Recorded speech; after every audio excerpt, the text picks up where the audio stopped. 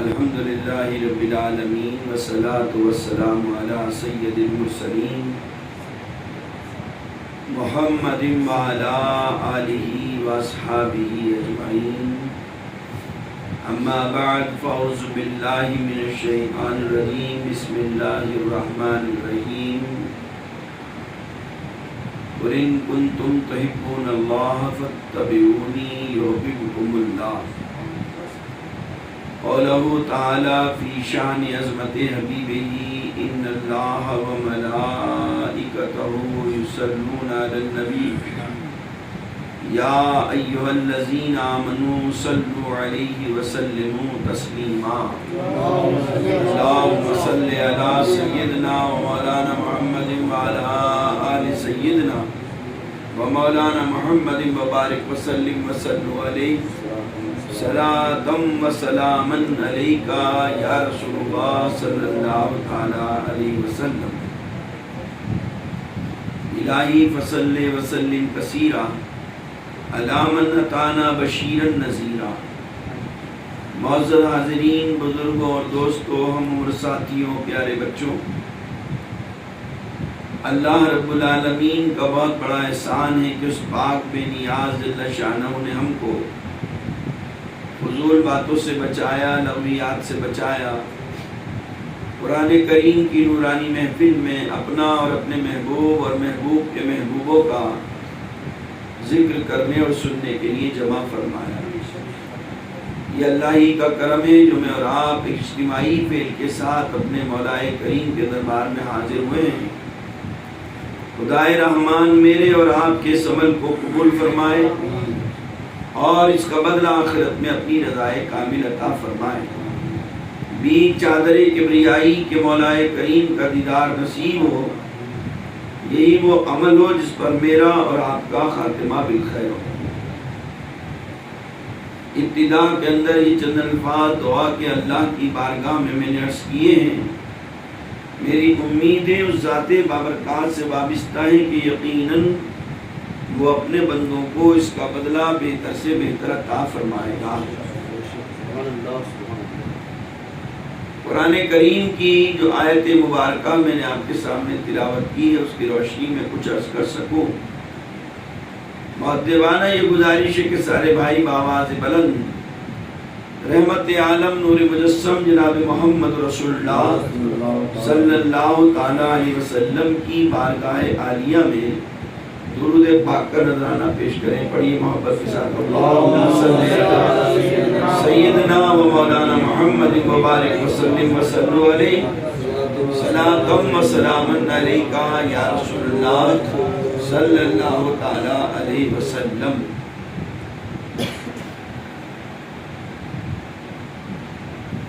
اللہ رب العالمین فرما رہا ہے قُلْ إِن كُنتُمْ تُحِبُّونَ اللَّهَ فَاتَّبِعُونِي يُحْبِبْكُمُ اللَّهُ۔ اے میرے بندو، اگر تم یہ چاہتے ہو کہ تم میرے محبوب ہو جاؤ،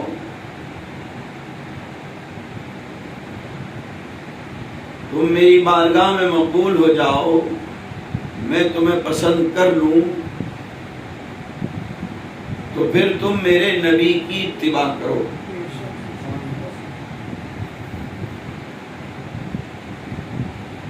اگر تم نے نبی کی اتباع نہیں کری تو میری محبت کے دعوے میں تم چھوٹے ہو۔ وہ لوگ جو اللہ کی محبت کے دعوے کرنے والے ہیں اور نبی پاک صلی اللہ علیہ وسلم کی اتباع نہیں کرتے، اطاعت نہیں کرتے، تو وہ اپنے دعوے میں جھوٹے ہیں۔ اللہ کی محبت کا دعویٰ جبھی سچا ہوگا جب ہم اتباع کریں گے رحمت عالم صلی اللہ علیہ وسلم، اطاعت کریں گے، کہنا مانیں گے، فرمانبرداری۔ قُلْ إِن كُنتُمْ تُحِبُّونَ اللَّهَ، اے محبوب آپ کہہ دیں میرے بندوں سے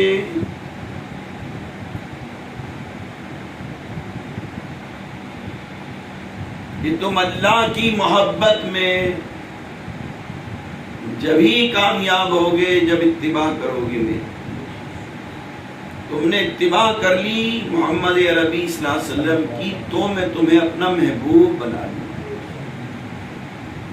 ہم اللہ کے محبوب کب بنیں گے؟ جب ہم اتباع کریں گے رحمت عالم صلی اللہ علیہ وسلم کی.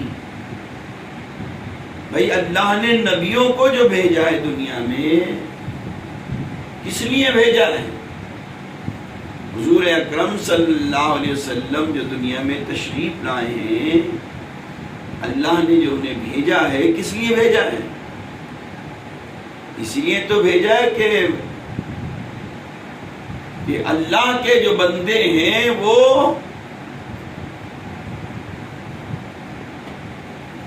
نبی کی اتباع کریں. اور نبی کی اتباع کیوں کریں؟ اس لیے کہ نبی سیدھے راستے پر چلانے والا ہے. نبی کی اتباع کریں گے نبی ہمیں اس راستے پر لے جائے گا جو اللہ کا راستہ ہے. نبی پاک صلی اللہ علیہ وسلم کی آمد سے پہلے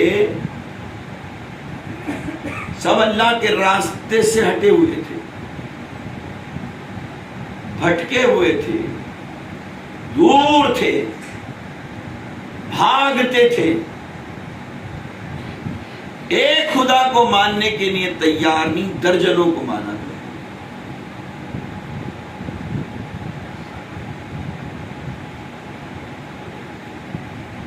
اللہ کے نبی صلی اللہ علیہ وسلم نے آ کر وہ پیغام دیا، وہ تعلیم دی، وہ سلیقہ سکھایا، وہ بتایا جس مقصد کے لیے اللہ کے نبی نے انہیں بھیجا تھا کہ اے میرے محبوب جاؤ اور ان کو جا کر ذرا بتاؤ جو میری طرف سے ہٹے ہوئے ہیں، بھٹک گئے ہیں، ان کو جا کر ذرا بتاؤ کہ جو تم کچھ کر رہے ہو یہ اللہ کا پسندیدہ عمل نہیں ہے، یہ اللہ کی مرضی اور منشا کے خلاف ہے. تمہیں اس لیے نہیں بھیجا گیا، تمہیں بھیجا گیا ایک اللہ کی عبادت کرنے کے. تو نبیوں کا آنے کا مقصد کیا ہے؟ یہی ہے کہ ہم ان کی اتباع کریں، ان کی پیروی کریں. تاریخ ہمیشہ سے شاہد ہے وہ قومیں برباد ہو گئی جنہوں نے اپنے نبی کی توہین کری، چاہے وہ آدم علیہ السلام کے زمانے میں ہو، چاہے وہ نوح علیہ السلام کے زمانے میں ہو. یہ جو آپ واقعات پڑھتے ہیں جیسے میں نے پچھلی دفعہ سنایا تھا نا، موسیٰ علیہ السلام کے زمانے میں وہ عذابات جو آئے، اس سے پہلے بھی آئے، نوح علیہ السلام کے زمانے میں بھی آیا پانی کا عذاب، پوری دنیا میں پانی پانی ہو گیا، جل تھل ہو گئی. اور اللہ رب العالمین نے وہاں پہ بھی اپنی قدرت کا جلوہ دکھایا، کرشمہ دکھایا ہے. وہ واقعہ بڑا مشہور ہے اور اس سے پتہ چلتا ہے کہ دیکھو اللہ والوں کی کیا شان ہے. حضرت نوح علیہ السلام اللہ کے بندوں کو اللہ کی طرف بلائیں، سیدھے راستے پر چلنے کی دعوت دیں، تباہی اور بربادی سے بچائیں، لیکن قوم ان کی توہین کرے، ان کی عظمت میں گستاخی کرے، نوح علیہ السلام کی شان میں گستاخی کرے. سب سے بڑی گستاخی یہی ہے کہ ان کا کہنا نہ ماننا. آج ہم جو ہے نا غیروں کا شکوہ کر رہے ہیں، لیکن اپنے پہ بھی غور کریں. جو نبی پاک صلی اللہ علیہ وسلم کا طریقہ آپ کی سنت پر عمل نہیں کر رہا تو وہ بھی تو نبی کا گستاخ ہے، جو نبی پاک صلی اللہ علیہ وسلم کی سنتوں کو بس کش ڈالے ہوئے ہیں، نبی پاک صلی اللہ علیہ وسلم کے طریقے پہ نہیں چل رہا ہے نا۔ اب اگر تقابل کر کے دیکھو گے اپنی زندگیوں کا تو پتہ یہ چلے گا کہ نبی کا طریقہ اچھا نہیں لگتا ہم کو، بلکہ اللہ کے دشمن کا طریقہ اچھا لگتا ہے۔ ہمیں نبی کی باتیں اچھی نہیں لگتی، ہمیں شیطان کی باتیں اچھی لگتی، شیطان کا طریقہ، شیطانی طریقے اچھے لگ رہے ہیں، کیونکہ اس میں ہمیں ظاہر میں لذت نظر آ رہی ہے، شیطانیت میں مزہ نظر آ رہا ہے۔ ہاں، تو مزے کی دو قسمیں ہیں، ایک مزہ جو ہوتا ہے وہ تھوڑی دیر کا ہوتا ہے، اور ایک مزہ دائمی ہوتا ہے۔ شیطانی طریقے پر، شیطانی راستے پر جو مزہ آ رہا ہے وہ وقتی طور سے ہے، ذرا سی دیر کا مزہ، اور رحمت عالم صلی اللہ علیہ وسلم کے طریقے پر، اللہ کے ذکر میں جو لذت ہے وہ لذت ہے جو ہمیشہ قائم رہے گی۔ انسان جب مرے گا تو سارے مزے بھول جائے گا، ہے نا، لیکن وہ انسان جس کے پاس طریقہ ہوگا رحمت عالم صلی اللہ علیہ وسلم کا، تو اس نے ذکر کیا ہوگا، درود پڑھا ہوگا، تو وہ مزہ دنیا موت کے وقت سارے مزے بھول جائے گی، لیکن اس کو مرنے کے بعد بھی وہ ذائقہ آ رہا ہوگا، وہ ذکر الہی کا، وہ عشق مصطفیٰ کا کی لذت اسے مرتے وقت بھی میسر ہو رہی ہے نا۔ بھائی دیکھیے، آپ کے منہ میں 10 چمچے شہد ہو، یا یوں سمجھو 1 چمچہ شہد ہو، اور اس میں 1 چٹکی مرچ کی یا نمک کی ڈالی جائے تو بتاؤ وہ اپنا اثر دکھائے؟ نہیں دکھائے، کیونکہ آپ کے منہ میں پہلے سے ہی شہد کی کثرت زیادہ ہے نا۔ اسی طریقے سے آپ پہلے ہی پوری 1 چمچ بھر کر چٹنی کھا لیں یا نمک کھا لیں، اور اس پر تھوڑی سی مٹھاس ڈالیں، شہد ڈالیں، ٹھیک ہے نا۔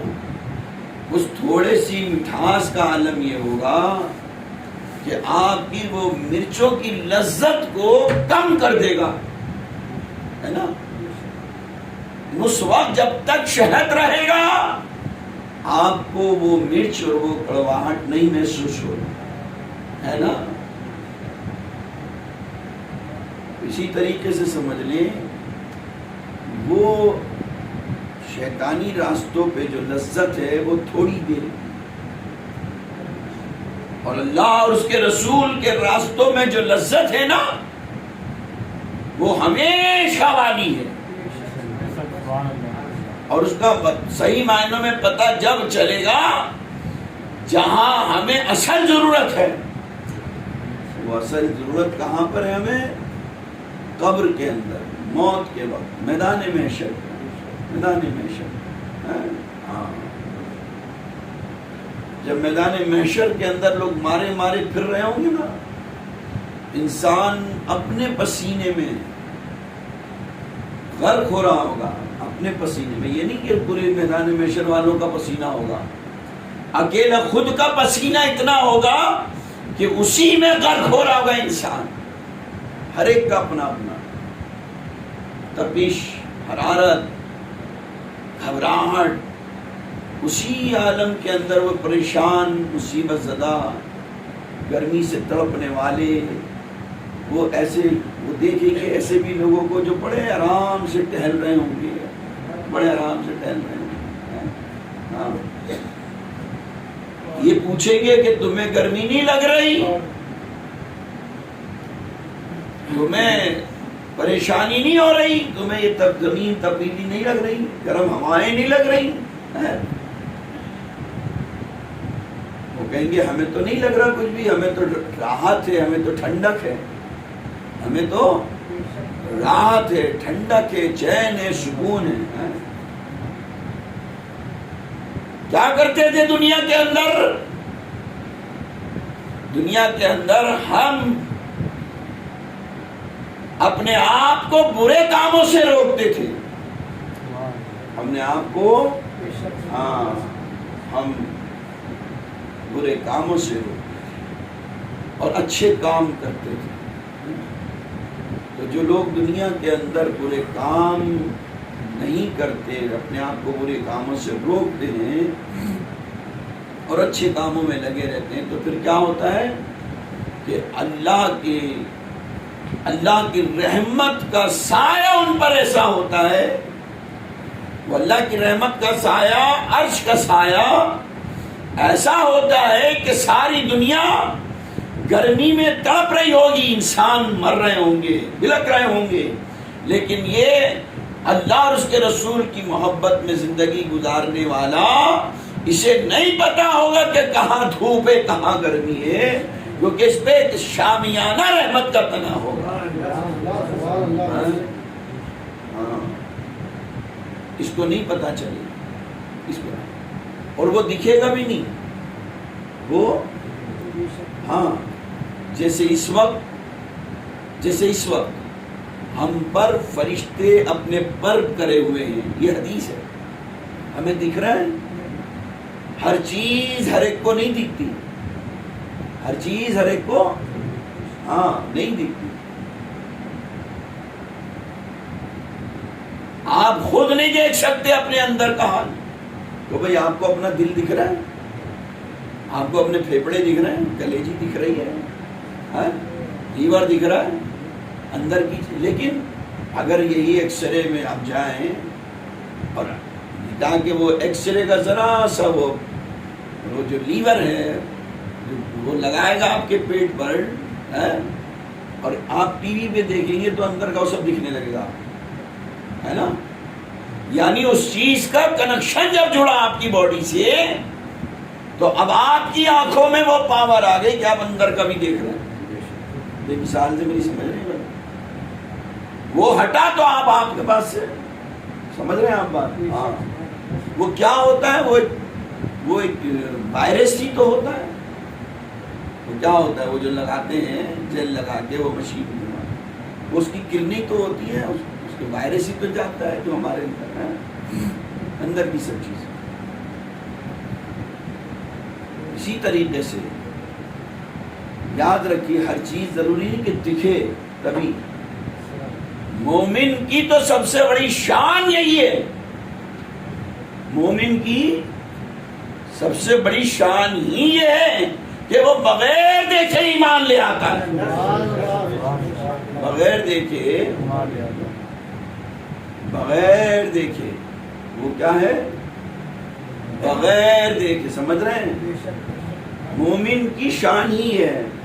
مومن ہر چیز کو دیکھنا نہیں چاہتا کہ دیکھوں گا جبھی ہے.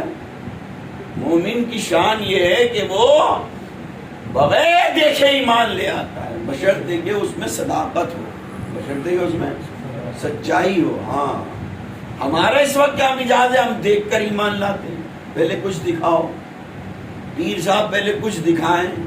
کیا دکھائیں؟ کچھ چمتکاری دکھائیں کچھ. اب چمتکاری دکھا دی تو پیر صاحب ہیں، اور اگر کوئی چمتکاری نہیں دکھائی تو کہنے لگے نہیں کچھ نہیں ہے خالی. تو یاد رکھو یہ چمتکاری دکھانے والے ہی پیر نہیں ہوتے، چمتکاری دکھانے والے مداری بھی ہوتے ہیں، ہے نا.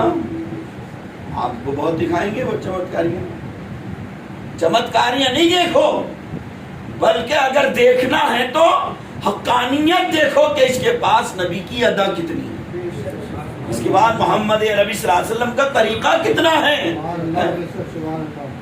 چمتکاری نہیں۔ ہاں چمتکاری تو غیر مذہب والے بھی آپ کو دکھا سکتے ہیں، چمتکاری تو ایک محنت ہے، ایک فن ہے، وہ محنت کر کے حاصل کر لی جاتی ہے، وہ فن محنت کر کے، جیسے میں نے ابھی بتایا نا، آپ کو اپنے اندر کا حال نہیں پتا، آپ کا دل کیسا ہے اس وقت، آپ کا پھیپھڑے کیسے ہیں، ہے نا، آپ کا لیور کیسا ہے، آپ کو دکھ رہا ہے کیا؟ درد ہوتا ہے تو محسوس ہو جاتا ہے، یہاں درد ہو رہا ہے جی، یہاں درد ہو رہا ہے جی، پھر بھی آپ کو معلوم نہیں کہ یہ اسی وجہ سے، کبھی کہتے ہیں ڈاکٹر کہتے ہیں جی کبھی گیس کا درد ہے جی، گیس ٹربل ہے جی، کیا ہے جی کہ جی بدہضمی ہو گئی جی، فوڈ پوائزن ہو گیا جی، اب جب چیک اپ کرایا پتہ چلا نہ فوڈ پوائزن نہ گیس ٹربل، پتہ چلا کچھ اور چیز ہے نا، میری بات سمجھ رہے ہیں؟ ہاں یہ بات ہے، تو یہ نہیں ضروری کہ ہر چیز دکھ جائے، ہر چیز دکھ، اگر دیکھنا ہے تو کہیں کنیکشن جوڑنا پڑے گا۔ اب الٹرا ساؤنڈ کی مشین سے جب کنیکشن جڑتا ہے اور وہ گھماتا ہے، وہ اس کو سب کو تو سب ہم دیکھ لیتے ہیں، خود ہی دیکھ لیتے ہیں، ہاں دل ایسے ایسے کر رہا ہے جی، ہمارا اب ایسے سب دکھ رہا ہوتا ہے۔ تو مومن کی شان یہ ہے کہ مومن جو ہے وہ بغیر دیکھے، ہاں اللہ کو دیکھا نہیں ایمان لے آئے، نبی کو دیکھا نہیں ایمان لے آئے، فرشتوں کو دیکھا نہیں ایمان لے آئے، دیکھا ہے کسی نے فرشتوں کو؟ ایمان ہے نا۔ جنت کو دیکھا نہیں ایمان لے آئے، دوزخ کو دیکھا نہیں مانتے ہیں نا۔ ابھی قیامت کسی نے دیکھی نہیں، ایمان ہے، مانتے ہیں۔ مومن کی شان یہی، ہاں مومن کی شان، جہاں اسے صداقت اور حقانیت نظر آتی ہے اسے مان لیتا ہے اسے، اور دنیا دار جو ہوتا ہے وہ کہتا ہے پہلے کچھ دکھاؤ جی، پہلے کچھ، ہاں اب وہ دکھانے کے اندر دیکھنے والے کا تو کوئی فائدہ نہیں ہوتا، دکھانے والے کا ہی فائدہ ہوتا ہے۔ دیکھنے والا دیکھ کر سوچتا ہے وہ یہ کوئی بہت ہی پہنچا ہوا ہے، یہ بہت ہی پہنچا ہوا ہے، ہاں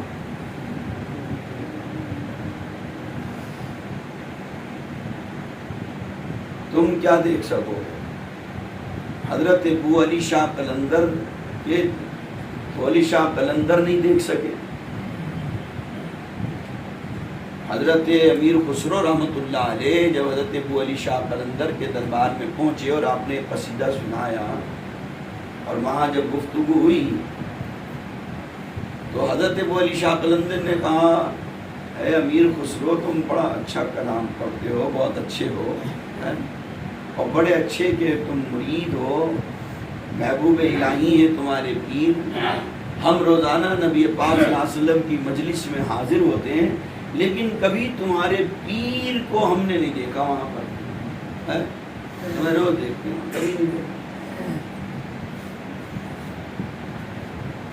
اب وہی بات ہے، ہر چیز ہر ایک کو دکھے گی جب دیکھنے کی کوشش کرے گا۔ حضرت امیر خسرو رحمۃ اللہ علیہ نے آ کر اپنے مرشد سے کہہ دیا کہ میں وہاں گیا تھا اور انہوں نے ایسا کہا، ابو علی شاہ قلندر نے، کہ ہم روز نبی کی مجلس میں حاضر ہوتے ہیں، تمہارے پیر نظر نہیں آتے۔ اب گستاخی یا کوئی بے ادبی نہیں، اللہ والوں کی شان یہ ہے کہ اگر کوئی اس طرح کے سوالات کرتے ہیں تو ان کی عظمت کو اور اجاگر کر دیا جاتا ہے۔ تو حضرت محبوب الہی سلطان رحمۃ اللہ علیہ نے کیا کہا کہ اب پھر جانا، اگر وہ پھر کہیں تو ان سے کہنا کہ حضرت مجھے ساتھ لے چلیں، مدینے میں ڈھونڈ کے میں دکھا دوں گا۔ مجھے ساتھ لے چلیں. آپ تو جاتے ہیں نا, اب ایسا کریں اب جب جائیں تو مجھے لے چلیں.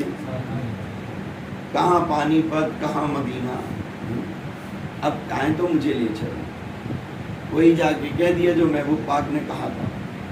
جب امیر حضرت ابو علی شاہ قلندر نے کہا کہ امیر خسرو ہاں کیا بات ہے گا, ہم نے تم سے کہا تھا کہ تمہارے پیر وہاں نظر نہیں آتے, کیا جواب ہے؟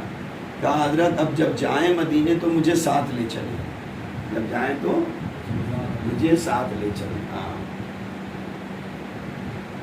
جب حضرت ابو علی شاہ قلندر جانے لگے تو کہا امیر خسرو سے آنکھیں بند کرو.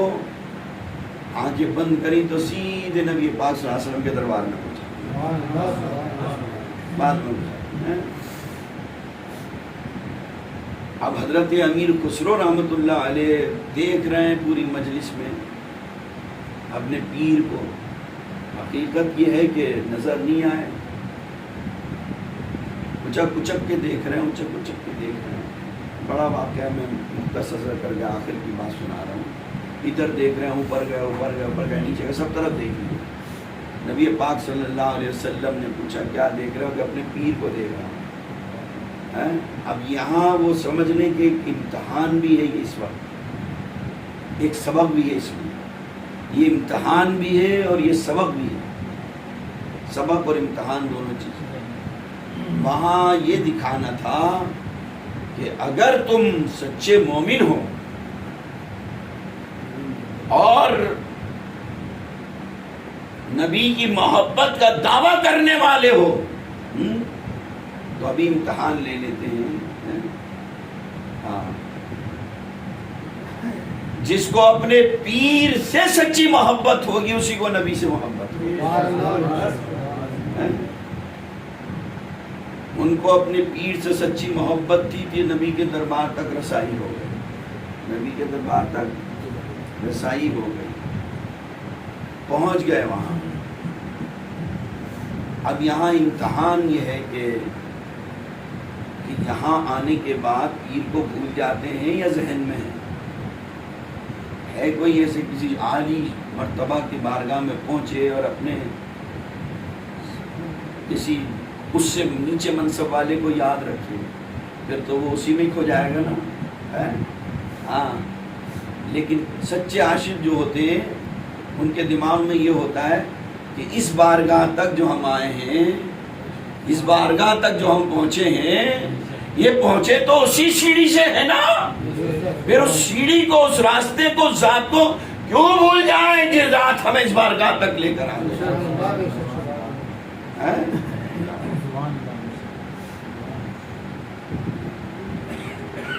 سب طرف دیکھ لیا.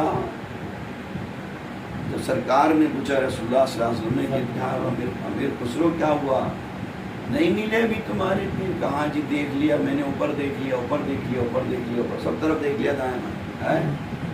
کہا ہے امیر خسرو ذرا ہمارے قدموں کی طرف بھی دیکھ لو. اب جب قدموں کی طرف دیکھا تو دیکھا کہ محبوب الہی نظام الدین اولیاء رحمۃ اللہ علیہ نبی پاک صلی اللہ علیہ وسلم کے قدموں میں بیٹھے ہوئے تھے. کہاں بیٹھے ہوئے تھے؟ قدموں میں بیٹھے. حضرت امیر خسرو نے کہا ولی شاہ قلندر سے کہ آج تک آپ جو ہے وہ اوپر کی طرف دیکھتے رہے, کبھی نبی کے قدموں کی طرف بھی دیکھتے ہیں. آج تک آپ اوپر ہی پر دیکھتے رہے, ذرا نبی کے قدموں میں بھی تو دیکھتے ہیں. تو پھر آپ کو خود ہی جواب یہاں مل جاتا. تو نبی پاک صلی اللہ علیہ وسلم کے قدموں میں جب دیکھا تو سمجھ گئے اس ذات کو تو میں روز دیکھتا ہوں یہاں. ایسی محبت, ایسا عشق. جتنی ہم اپنے ماں باپ سے محبت کریں, جتنے اولاد سے محبت کریں, جتنی پیر سے محبت کریں, امام سے محبت کریں, یہ دھیان میں رکھیں ہمیں نبی سے اس سے زیادہ محبت کرنی ہے. نہ ماں باپ کی محبت ناپ تول کے کرنی ہے, نہ استاد و پیر کی محبت ناپ تول کے کرنی ہے, لیکن جو جس کی حد ہے اسے اس کو حد میں رکھنا ہے. ماں باپ سے اتنی محبت نہ ہو کہ ان کو خدا بنا دو, پیر سے اتنی محبت نہ ہو کہ اس پیر کو خدا بنا دو یا نبی بنا دو. نہیں، پیر پیر ہے، نبی نبی ہے، خدا خدا ہے. ہر ایک کو ہاں جو اس کے درجے کے اعتبار سے ہے اس سے اتنی محبت کرنی ہے. ہاں، لامحدود ذات صرف خدا کی ہے. لامحدود ذات صرف خدا کی ہے، اور بندوں کے اندر لامحدود ذات اللہ نے جناب محمد رسول اللہ کی بنائی ہے. اگر اللہ رب العالمین ہے تو جناب محمد رسول اللہ رحمت للعالمین ہے. جہاں تک رب کی ربوبیت پھیلی ہوئی ہے وہیں تک نبی کی رحمت کی چادر تنی ہوئی ہے. رب کے غصے کو اگر کوئی چیز ٹھنڈا کرنے والی ہے کوئی ذات تو وہ ہے ذات محمد رسول اللہ. رب جب جلال میں ہوگا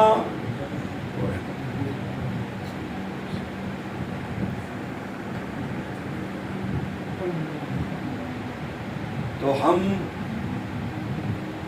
اس بات پر فکر کریں. غیروں کے شکوے کرنے سے کوئی نتیجہ نہیں، پہلے اپنے آپ پہ غور کریں. جو نبی پاک صلی اللہ علیہ وسلم کی سنتوں کو چھوڑ رہا ہے وہ بھی نبی کا گستاخ ہے. جس کو نبی کا طریقہ اچھا نہیں لگا، نبی کی ادا اچھی نہیں لگی، کوئی سی بھی بات ہو، چاہے ٹوپی والی بات ہو یا داڑھی والی بات ہو، چاہے کرتے والی بات ہو، چاہے پانی پینے والی بات ہو یا کھانا کھانے والی بات ہو، چاہے بستر پہ لیٹنے والی بات ہو یا بستر سے کھڑے ہونے والی بات ہو، ان سب میں ادا طریقہ ہے جناب محمد صلی اللہ علیہ وسلم. اگر ہم اس کے خلاف ہیں تو سمجھ لو ہم نبی کے گستاخ ہیں. ہم نبی کے، اگر ہم پانی نبی کے طریقے پہ نہیں پی رہے تو یہ گستاخی ہے نا.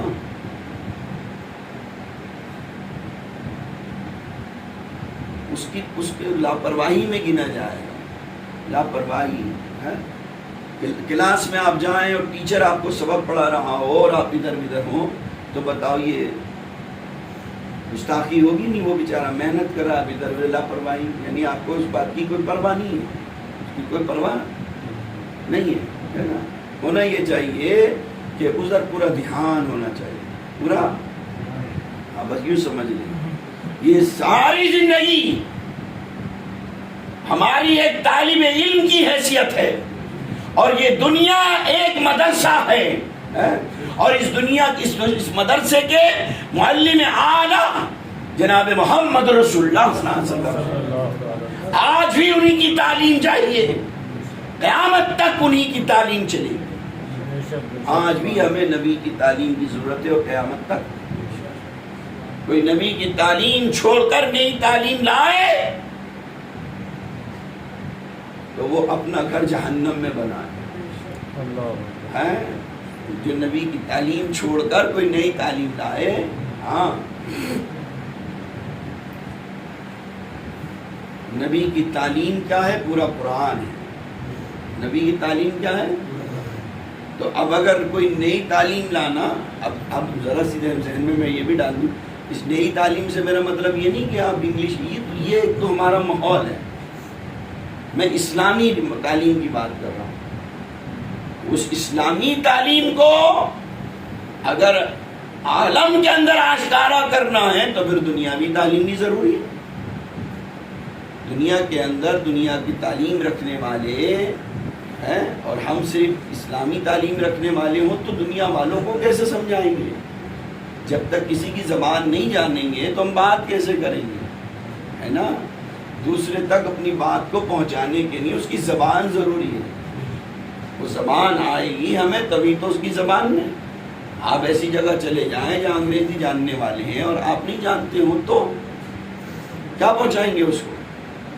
ہے نا. نہ وہ کچھ سمجھ سکے گا نہ آپ کچھ سمجھا سکیں گے، وہ زبان ہی نہیں جانتا.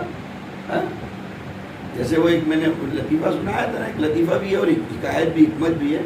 ایک مولانا صاحب اردو بولنے والے، اردو پڑھنے والے، وہ پہنچ گئے پشتون کے علاقے میں، افغانستان کے علاقے میں. وہ سارے پٹھان بیٹھے ہوئے جو اردو جانتے ہی نہیں تھے، وہ سارے تقریباً پشتو جانتے تھے. کوئی ہوگا تو ایک آدھ جاننے والا.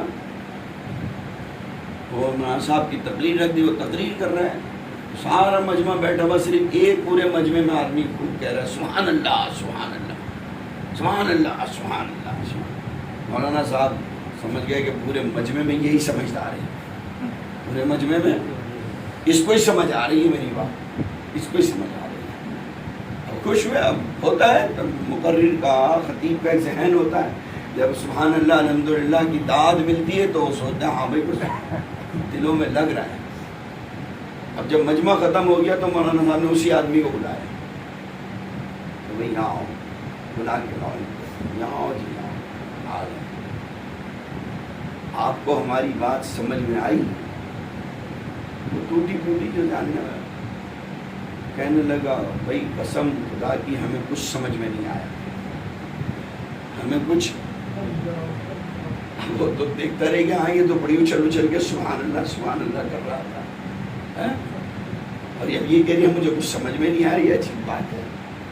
کہنے لگے تمہاری کچھ سمجھ میں نہیں آیا، تم تو بہت پورے مجمع میں سبحان اللہ الحمدللہ کر رہے تھے، کیا وجہ ہے؟ کہنے لگے بات یہ ہے کہ جب تم کہتے تھے نا محمد الرسول اللہ، بھائی مولانا خطیب صاحب کہتے ہیں نا کہ جناب محمد الرسول اللہ فرماتے ہیں، اللہ کے نبی نے فرمایا، یہ بولتے ہیں نا، ٹھیک ہے نا؟ تو جب خطیب صاحب مولوی صاحب کہتے تھے نا اللہ کے نبی نے فرمایا تو وہ کہتے تھے سبحان اللہ، جناب محمد نے فرمایا، تو وہ کہتے مولانا صاحب کہتے ہیں بھائی تم بڑی زور زور سے کر رہے تھے سبحان اللہ۔ کہنے میں سبحان اللہ الحمدللہ اس لیے کر رہا تھا کہ تم جو بھی بات کر رہے تھے نا، اور جب کہتے تھے کہ محمد الرسول اللہ تو میں سمجھ جاتا تھا یہ جو بھی بات کر رہے ہیں نبی کی بات کر رہے ہیں، اس لیے میں کہتا تھا سبحان اللہ، یہ بات نبی کی کر رہا ہے، اس لیے میری سمجھ میں آئے نہ آئے لیکن بات تو نبی کی ہے نا، یہ نبی کی ہے نا۔ بعض باتوں میں حکمت ہوتی ہے بڑی، دیکھو ایسا بھی ہوتا ہے، اور یہ بات ہم قرآن کے معجزے سے سمجھ سکتے ہیں۔ اگر کوئی اچھا قاری پڑھنے والا پڑھتا ہے، بہت اچھی اس کی قرأت ہو، تجوید سے جب پڑھے گا، مصر کے قاری ہوں، ایران کے قاری ہوں، سعودی عرب کے ہوں، جہاں جہاں بھی اچھے قراء ہیں، ہمارے یہاں بھی ہیں الحمدللہ، ہندوستان میں بہت سارے ہیں، لیکن زیادہ جو مشہور ہیں جی مصر کے قاری ہے نا، جیسے قاری عبدالباسط پرانے مشہور، عبدالصمد ہیں، اچھا پاکستان کے مولانا قاری غلام رسول صاحب، ہاں اور بھی ہیں بہت سارے۔ تو ہم جتنے بھی ہیں ہم قرآن کا مطالب نہیں جانتے، مطلب نہیں جانتے، ترجمہ نہیں جانتے ہیں، لیکن جب کوئی اچھا پڑھنے والا پڑھتا ہے نا اور ہم دھیان سے سنتے ہیں تو اس کے سننے کا، اس کے سنانے کا اثر ایسا ہوتا ہے کہ ہمارے دل پہ نور اترنے لگتا ہے اور ہماری زبانوں سے بے ساختہ نکلنے لگتا ہے سبحان اللہ الحمدللہ اللہ اکبر اللہ اکبر۔ ہمیں اس کا مطلب نہیں معلوم ہوتا تھا، لیکن وہ جو انداز سے پڑھتا ہے تو قرآن کی حقانیت، قرآن کی نورانیت اپنا اثر دکھا رہی ہے، ٹھیک ہے ہاں۔ تو اس کا مطلب ہے کہ بولی میں اثر ہوتا ہے، تو ہمیں اپنی بات دوسرے تک پہنچانے کے لیے اس کی زبان کو سمجھنا پڑے گا، تب اپنی بات کہہ سکتے ہیں نا ہاں۔ لیکن اول کیا ہے؟ تعلیم قرآن، تعلیم محمد رسول اللہ صلی اللہ علیہ وسلم، وہ اس کا اگر کوئی اس سے ہٹ رہا ہے تو سمجھ لو کہ یہ نبی کا گستاخ ہے، یہ اللہ رب العالمین کا نافرمان ہے۔ اس کو ادھر بٹھا دو، دروازہ کھولو، ادھر بیٹھ سامنے قرآن بول رہا ہے، ذرا ویسے درود پاک پڑھی، اللہم صلی علی سیدنا مولانا محمد وبارک وسلم وسلم علیہ صلاۃ و سلام علیکہ یا رسول اللہ صلی اللہ علیہ وسلم۔ اللہ کے معاملات ہیں، کبھی وہ کہتا ہے مجھے رونے والے پسند ہیں، کبھی وہ کہتا ہے کہ مجھے بغیر رونے والے بھی پسند ہیں، ہے نا، کبھی وہ کہتا ہے کہ مجھے تنہائی میں عبادت کرنے والے پسند ہیں، مختلف انداز اس نے بتائے اپنی پسند، کبھی فرمایا کہ مجھے راتوں کو جو سجدہ کرنے والے ہیں وہ پسند ہیں، کبھی کہتا ہے کہ وہ جو چھپ کے اپنے صدقہ خیرات کرتے ہیں وہ مجھے پسند ہیں، کبھی کہتا ہے کہ مجھے جو دوسروں کو معاف کرتے ہیں مجھے وہ پسند ہیں۔ یہ نہیں کہ خالی یہ کہتے ہیں جی نماز پڑھنے والے ہی پسند ہیں، تو ایسے ایسے واقعات ہیں سیرت کی کتابوں میں، حدیث کی کتابوں میں، ایسے ایسے واقعات ہیں کہ ساری رات رونے والے اللہ کو پسند نہیں آئے۔ تو میں نے ابھی اسلم صاحب کے ایک واقعہ بیان کیا تھا،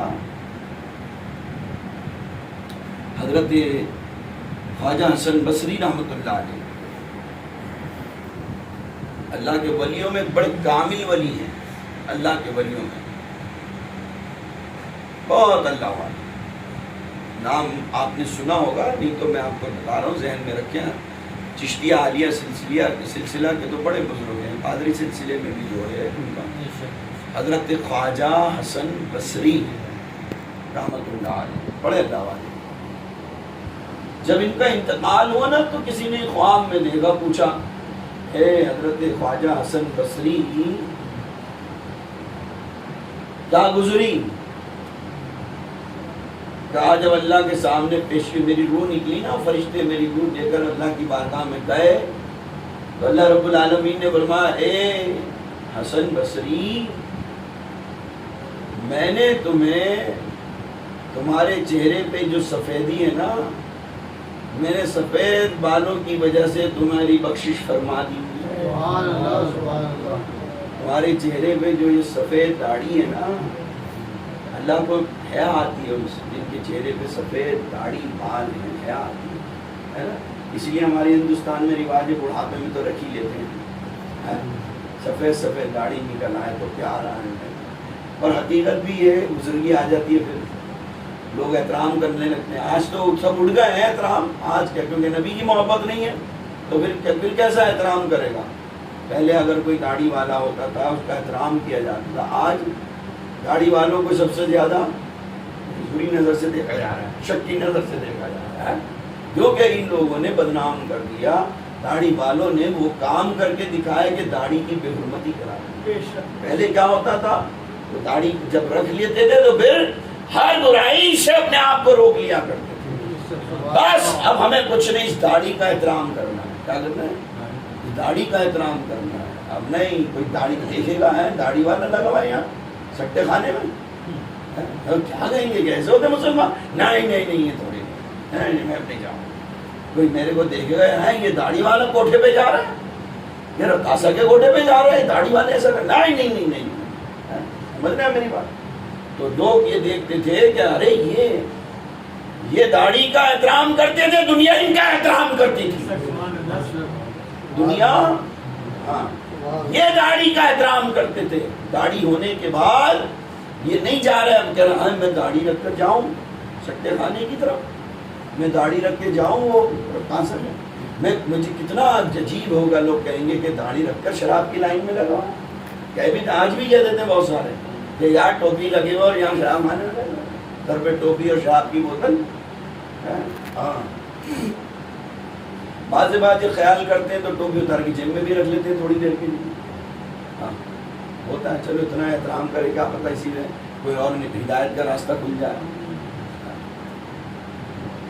تو اللہ رب العالمین حیا کرتا ہے سب۔ خواجہ حسن بصری سے کہا کہ تمہارے چہرے پہ جو سفید، میں نے اسی کی وجہ سے تمہارا تو میں قبول کر دوں، تمہاری بخشش کروں، لیکن مجھے اتنا بتا دو، اب یہ جواب دے دو، اب یہ تو ہو گیا معاملہ، لیکن مجھے اتنا بتا دو، اتنا جواب دے دو، تم اتنا رویا کیوں کرتے تھے؟ ساری رات رویا کرتے تھے، گریہ وزاری کیا کرتے تھے، کیا تم میری رحمت سے نا امید تھے کیا؟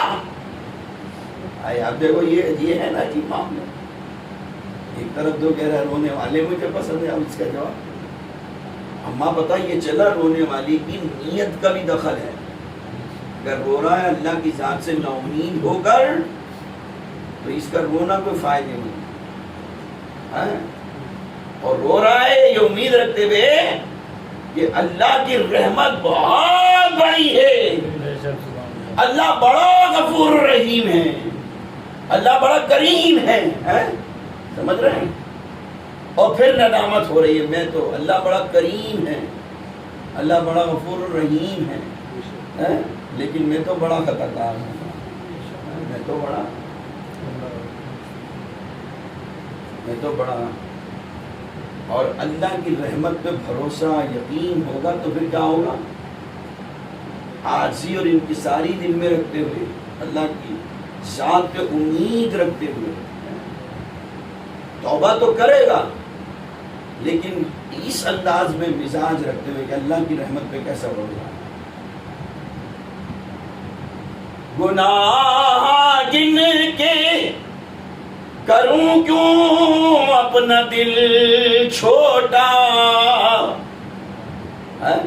میں گناہ کتنے ہیں میرے پاس، گناہ ایک دو ہو تو چلو گن لوں، میرے پاس تو گناہ ہی گناہ ہے، میں نے نماز پڑھی ہے اس میں کتنی غلطیاں کری ہیں، یہ گناہ ہے نا،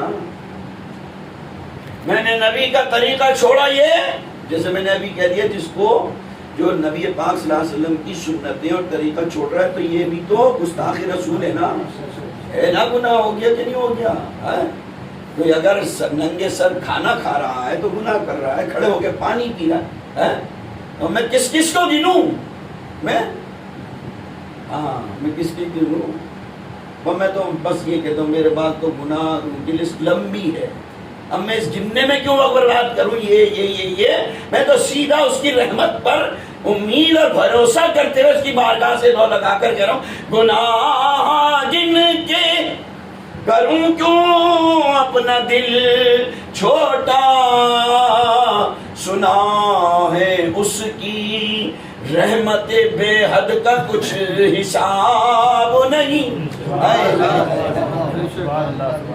سنا ہے اس کی، ارے اچھا بھائی وقت لگے گا کہ نہیں لگے گا؟ تو پورے تصور کر لو نا، ایک دو تین کو چھوڑو، یہ سوچو میں ہوں ہی شرابہ گناہگار، میں ہوں ہی شرابہ، اے مولا میں خطا کار تو غفار، یہی تو فیصلہ کرا تھا رب نے جب قلم کو حکم دیا تھا نا، لکھ عالمی، جب دنیا میں کچھ بھی نہیں تھا نا، جب اللہ نے چیزوں کو بنایا تو رحمت عالم صلی اللہ علیہ وسلم کے نور سے جو 10 چیزیں بنائی، پھر اس میں سے 4 تو اس میں اللہ کے نبی کے نور سے قلم کو بھی بنایا، ٹھیک ہے نا، لوح محفوظ کو بھی بنایا، اور پھر قلم کو حکم دیا لکھنے کے لیے، قلم سے کہا لکھ، قلم کہنے لگا کیا لکھوں؟ قلم کیا کہنے لگا؟ کیا لکھوں؟ لکھو آدم علیہ السلام کی امت آدم کا کہنا مانے گی، اللہ کی عبادت کرے گی تو جنت میں جائے گی، نافرمانی کرے گی اور عبادت نہیں کرے گی تو جہنم میں جائے گی۔ لکھو حضرت نوح علیہ السلام کی امت کے لیے لکھو، حضرت نوح علیہ السلام کی امت نوح علیہ السلام کا کہنا مانے گی اور اللہ کی عبادت کرے گی تو جنت میں جائے گی، اور نہیں تو نہ کرے گی تو جہنم میں۔ لکھو حضرت موسیٰ کلیم اللہ کی امت کے لیے یہی لکھو، عیسیٰ کی امت کے لیے لکھو، ابراہیم کی امت کے لیے یہی لکھو، اسماعیل کی امت کے لیے یہی لکھو، سارے نبیوں کی امتوں کے لیے لکھو لکھو لکھو، لکھ رہا قلم لکھے جا رہا ہے لکھے جا رہا ہے لکھے جا رہا ہے۔ اخیر کے اندر جب رحمت عالم صلی اللہ علیہ وسلم کی امت کی باری آئی اور قلم نے چاہا یہی لکھو تو رب کی طرف سے اسے ڈانٹ پڑ گئی، ایک ڈانٹ پڑ گئی، ذرا قلم ادب کر، قلم اب کس کے بارے میں لکھا جا رہا ہے؟ سارے نبیوں کے بارے میں تو نے لکھ دیا، امتوں کے بارے میں لکھ دیا قلم۔ 4000 سال تک قلم درستا رہا، کانپتا رہا ایک ہی ڈانٹی کے اندر، پھر 4000 سال بعد اللہ رب العالمین کی دست رحمت، دست قدرت، دست شفقت نے کرم فرمایا، رحمت والا، اور پھر قلم کو حکم دیا لکھ، کہا مولا کیا لکھوں، مولا کیا لکھوں؟ یہ جو میں نے ابھی جملہ کہا ہے نا پہلے، اس کا یہاں مولا کیا لکھوں ہے؟ رب نے فرمایا لکھو امت بڑی گناہ گار ہے. امت محمد عربی صلی اللہ علیہ وسلم کی امت کے بارے میں کیا لکھو؟ ہاں، امت بڑی گناہ گار ہے اور رب بڑا غفار ہے. رب بڑا، وہاں ساری امتوں کے لیے فیصلہ ہو گیا پہلے. یہ جو نافرمانی کریں گے نبی کی، اللہ کی عبادت نہیں کریں گے، جہنم میں جائیں گے. لیکن یہاں کیا کہا جا رہا ہے؟ لکھو امت بڑی گناہ گار ہے اور اب بڑا. ہاں، یہ گناہ گار امت جب توبہ لے کر آئے گی نا، اللہ کو پیار آئے گا. تو ہم چاہے نمازی ہیں، دیندار ہیں، لیکن تصور یہی کریں کہ ہم تو ہاں تو گناہ آدمی گننے میں لگ جائے گا تو کیا کیا گنے گا؟ دماغ سے کوئی نکل بھی سکتا ہے، نہیں نکل سکتا. اچھا چلو بتاؤ، آپ نے 11 گناہ کرے ہو، 10 یاد آ جائیں، 11واں یاد نہ آئے تو کیا کرو گے؟ تو سیدھا ہی سیدھا کہہ دو نا میں تو کوئی گناہ گار. کیا 10 ہے یا 10,000 ہیں؟ کتنے بھی ہیں؟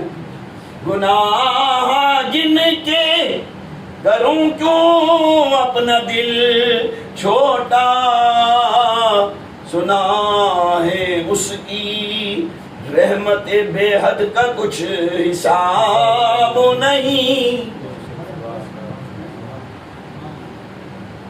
یہ تو اللہ کی شان قدرت ہے اور اللہ کا غصہ ٹھنڈا کرنے والی ذات ذات محمد. وہ میدان محشر میں ان کا کیا عالم ہوگا؟ وہ بھی ایک عاشق اپنے انداز میں دیکھیے کیسے باندھ رہا ہے مصر میں.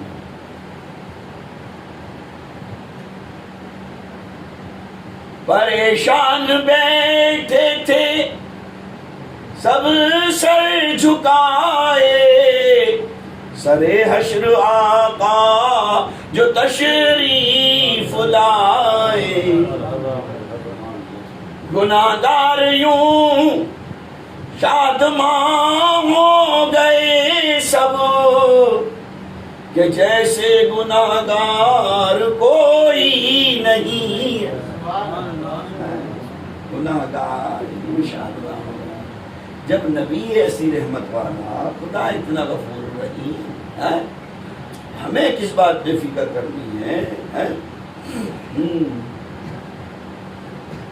کہ ہم تو بس نبی کا طریقہ اور اللہ کی عبادت اس پہ محنت کرتے رہیں، کامیابی ہمارے پیچھے چلے گی. آج جو ہماری رسوائی ہو رہی ہے وہ اسی وجہ سے ہو رہی ہے، نہ ہمارے پاس نبی کا صحیح معنوں میں طریقہ ہے، نہ اللہ کی عبادت ہے ہمارے پاس، اس لیے رسوا ہو رہے ہیں. اب اللہ کسی بھی بات پہ سوال کرتا ہے. اے حسن بصری ذرا بتا دو تم اتنا روتے کیوں تھے؟ اتنا ہاں تمہیں کیا میری رحمت سے نا امیدی تھی کیا جتنا روتے تھے؟ ہاں، اللہ کی رحمت پر ہمیشہ یہ وہ لوگ کر سکتے ہیں جن کے دلوں میں سچی محبت ہے رحمت عالم سے. ورنہ یقین مانو تم پیر بدرو بنے رہو گے ہمیشہ. کیا بنے رہو گے؟ تم سب ہاتھ میں ہاتھ دینے کے بعد بھی ابھی بھی پکے مرید نہیں ہوتے. تمہیں چمتکاری چاہیے. کیا چاہیے؟